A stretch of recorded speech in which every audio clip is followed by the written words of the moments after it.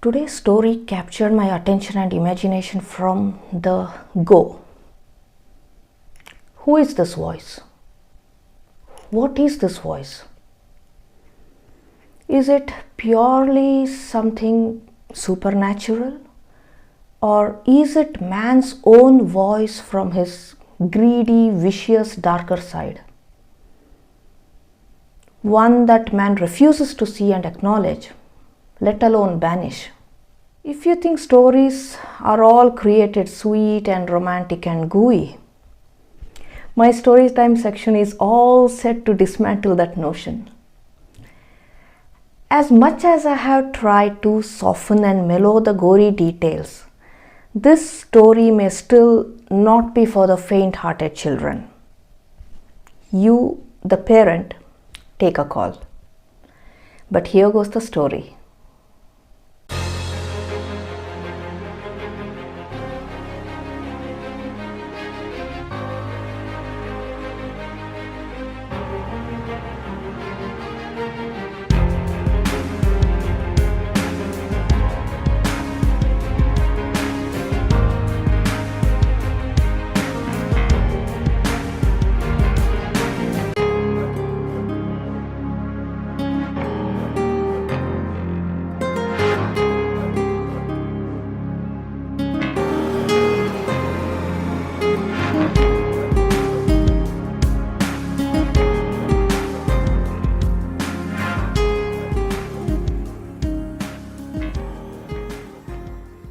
Univerfield, a poor farmer, but a good man and a good husband.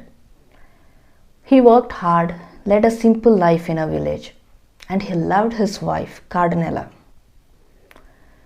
Univerfield hardly wished for anything more, just a good crop, a home to return to, hot food on the table, and a warm bed to sleep in. He wasn't a miserable man. He wasn't a greedy man. He was just a common man with very simple needs. One night, after a long day's hard work, Univerfield, who I will be calling Yuan henceforth, decided to go to his field and just relax, unwind with a bottle of whiskey. Very rarely did he drink, but on this particular night, fateful night, if I may say so, he decided to drown a glass or two. He ends up finishing a little more than half the bottle, and that's when he begins to hear something. A voice, which seems to come from everywhere at once, or was it in his head? We don't know.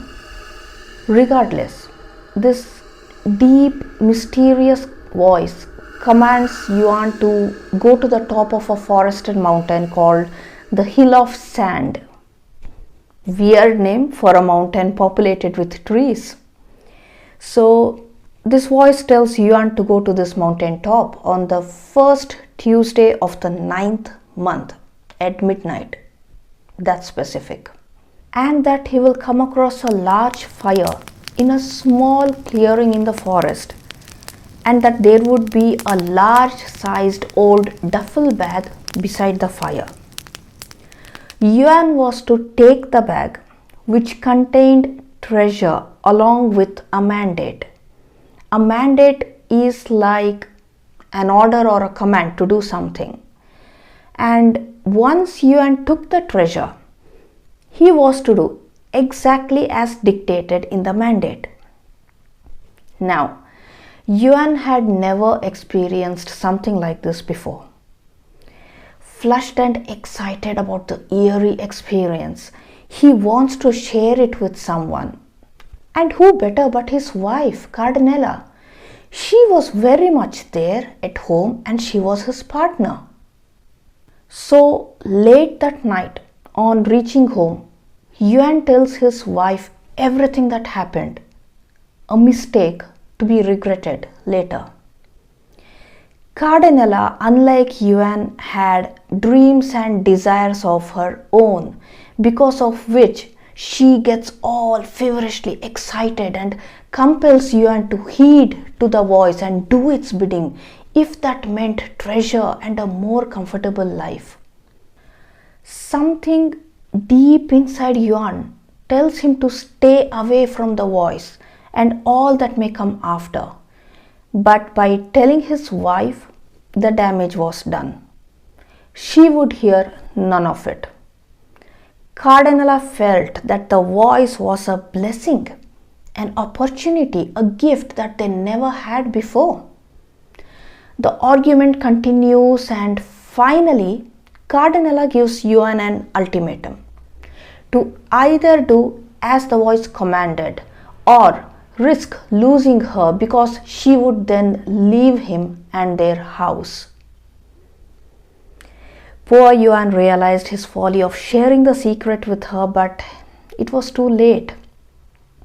Little did he know that even risking losing his wife was probably the better option. The dreaded day arrived. It was the first Tuesday of the 9th month. Yuan and Cardinala set off to the hill of sand. Yes, Cardinala decides to go with Yuan because she feels she cannot trust him to go all by himself and get the deed done.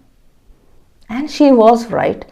If she hadn't accompanied Yuan that night, he would have returned home empty-handed and a job unfinished, which would have been good for him.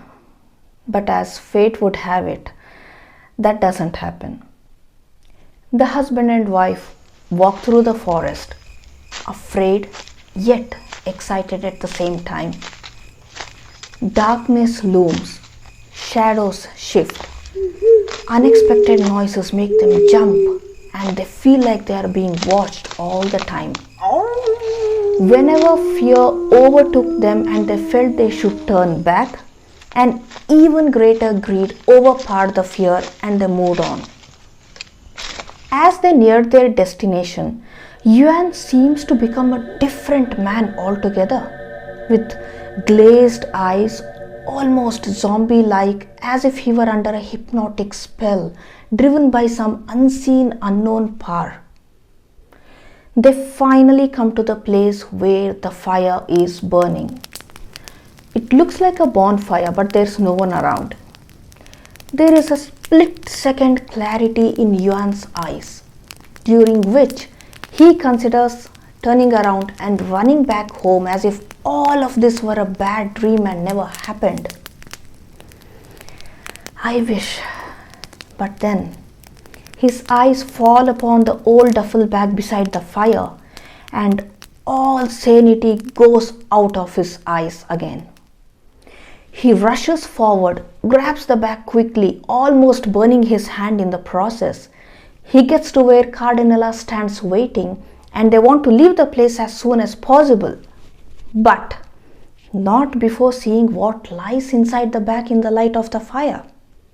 The bag feels quite heavy and they quickly open it to find a couple of human bones and a skull, along with a bag of gold coins, a bottle of whiskey, a machete, and some kind of a scroll. The scroll was probably the mandate that the voice was talking about. Hands shaking, hearts thumping. They don't stay to read the mandate as yet, a mistake again, but they decide to first leave the place along with the bag and read the mandate as soon as they got home. But on reaching home, Cardinala is dead tired and goes off to sleep. Yuan, however, cannot sleep despite the exhaustion after the adventure, and in the light of the lamp, he takes out the scroll, opens it and starts reading. There isn't much in there. A photo of a man and a few straightforward instructions. A name, a man by name Prudencio, and instructions to kill this man, and one final instruction of what is to be done later. Now Yuan is horrified. He is no killer, he is just a simple farmer, and he knows no Prudencio and doesn't have anything against him. And yet, no questions asked, he is supposed to kill him in cold blood. Yuan begins to get a headache now. He badly needs to go somewhere and think, maybe clear his head, and he can't do that there at home with his wife in it, who can wake up anytime. He decides to go to a bar and have a drink. He leaves the bag of gold coins and the bones at home, takes the scroll and the machete with him in the bag as he walks out into the darkness for the second time that night. Very soon, it is wee hours in the morning as Yuan sits at the bar. He is about to lift his glass and take a sip when he hears someone's name being called out. "Hey, Prudencio, over here!" Yuan stiffens on hearing the familiar name and slowly turns around. And hello, who does he see? The very Prudencio that the scroll mentioned, whose photo was there in the mandate. Suddenly, an inexplicable madness takes over Yuan, and screaming Prudencio's name, he takes out his machete and assaults him. Tables and chairs topple over, glasses crash to the floor, and people scream and run for cover, and blood sprays as Yuan brings down his machete on Prudencio and massacres him. Fast forward to the day Yuan is brought into the court before the judge. He is found guilty of manslaughter and is sentenced to the prison for 10 long years. The first few years, Cardinala visits Yuan at the prison, but the visits get farther and shorter as time goes by. And one day when she sees Yuan, Cardinala makes it clear to him that she's found another man and that she's never going to be back with Yuan again. That hits Yuan very hard. After all, Cardinala was the one who pushed him into paying heed and acting as per the voice demanded. He had wanted none of this, and now his life was ruined and Cardinala was very conveniently leaving him. 10 long years go by and Yuan is about to be released from the prison. But he hasn't been able to forget or forgive Cardinala.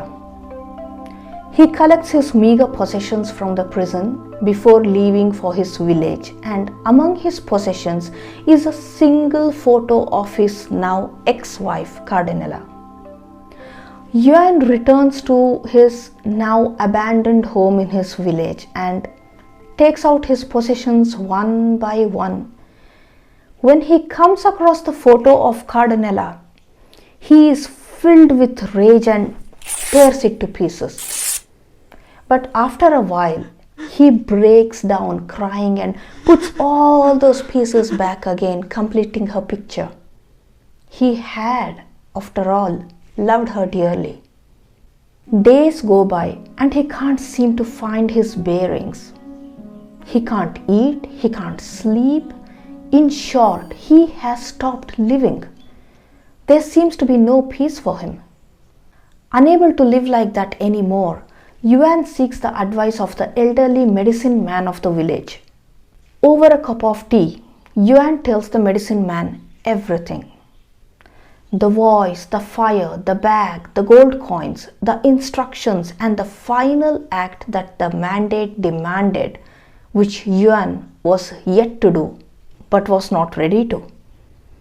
It was one final act of evil that could completely crush someone's soul if they happen to be a good person inherently. Now, listen and listen carefully. The final instruction in the mandate was that in order to be free of the bondage from the voice or the evil, the person who picked up the mandate and done the deed had to put another in its place. one that gave instructions for another person to kill someone else, and who was to be killed along with their name and photo was to be put into the mandate. That person was then supposed to go back to the forest on the hill of sand, place the mandate inside a duffel bag he would find there in the clearing, light up the bonfire, and then return. You see what's happening here? It's a chain. It's a never-ending chain of crime and evil.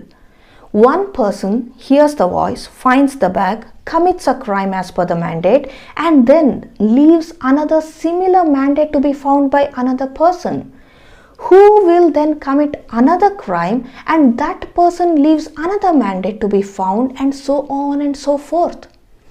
It was a vicious chain.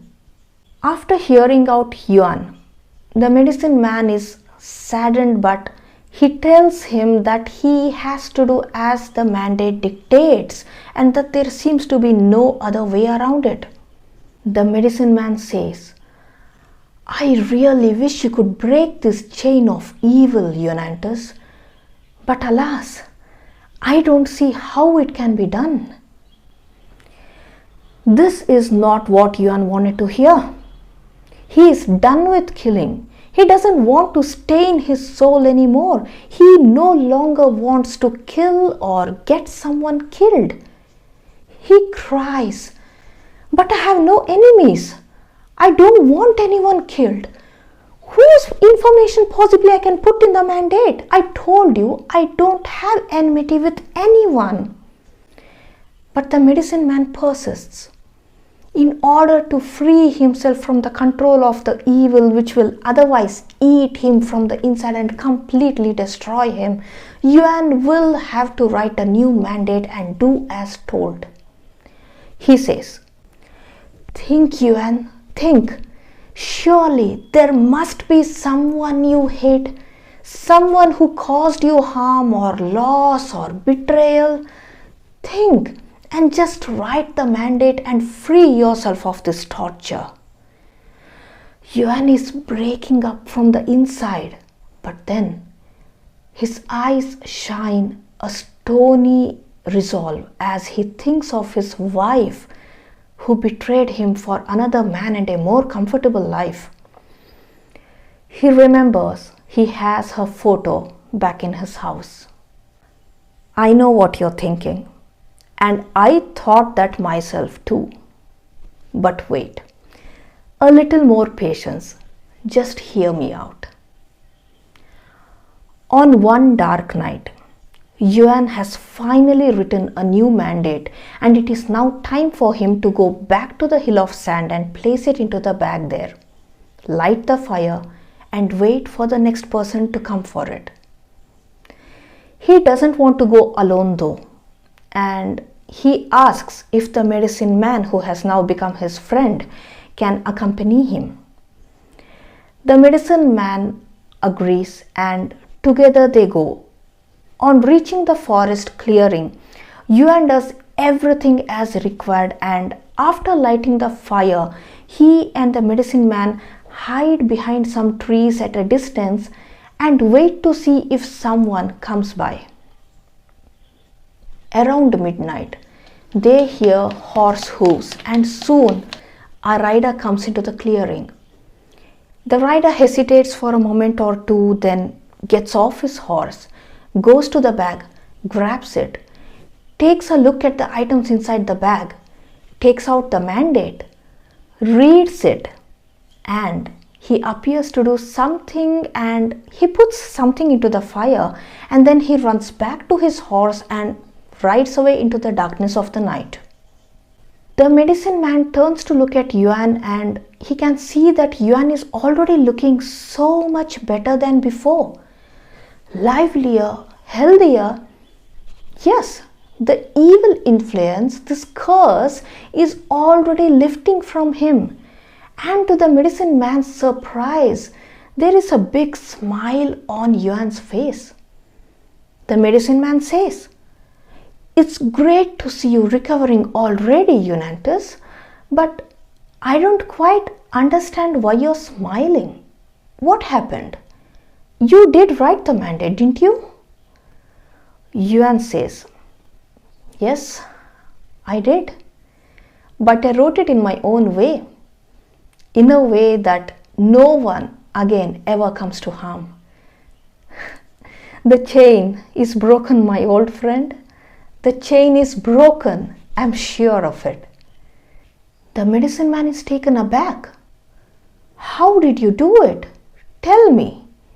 They call me wise back at the village. And even I couldn't figure out how it could be done. Just what did you do?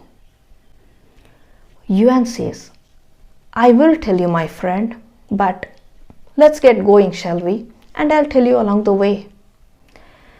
As they go downhill, Yuan reveals, you see, there isn't just one way of destroying someone in order to free ourselves of that person and rid their influence over us. Ruining them or killing them isn't the only way or even the right way. I discovered this when I was tearing up my wife's photo. God knows how many times I tore it up only to fix it again. Funnily enough, every time I tore up that photo, I felt a little more better and I gained a little more clarity, and that I realized was the key. The medicine man asked confusedly, so did you keep the photo and give the instructions in the mandate or not? Yuan said, I did, my friend, I did. I did keep my wife's photo, but changed the instructions in the mandate. Instead of giving instructions to kill her, I gave instructions to tear up the photo into tiny bits and put them into the fire, thereby giving it the closure it needed. It is that act which kept my ex-wife safe, the rider safe, and freed me as well. Tears welled up in the aged medicine man's eyes. By now, they were out of the forest and almost at the bottom of the hill. Suddenly, the medicine man clutched at Yuan and broke down, crying almost uncontrollably. Taken aback, Yuan held on to the old man, helped him to his feet and asked him what happened, why was he crying? The medicine man said, Forgive me, dear Yuanantis.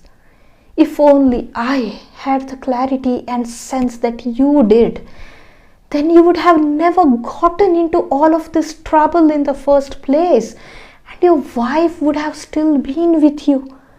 Forgive me. Now it was Yuan's turn to look confused. He said, I don't understand what you're talking about. How can you be responsible for what happened to me? To which the medicine man said, Yuan, you managed to break the chain. I didn't. I failed. My dear man, it was I. It was I who in my ignorance left the mandate by the fire on that dark Tuesday night. The one that instructed you to kill Prudencio. Forgive me. Forgive me.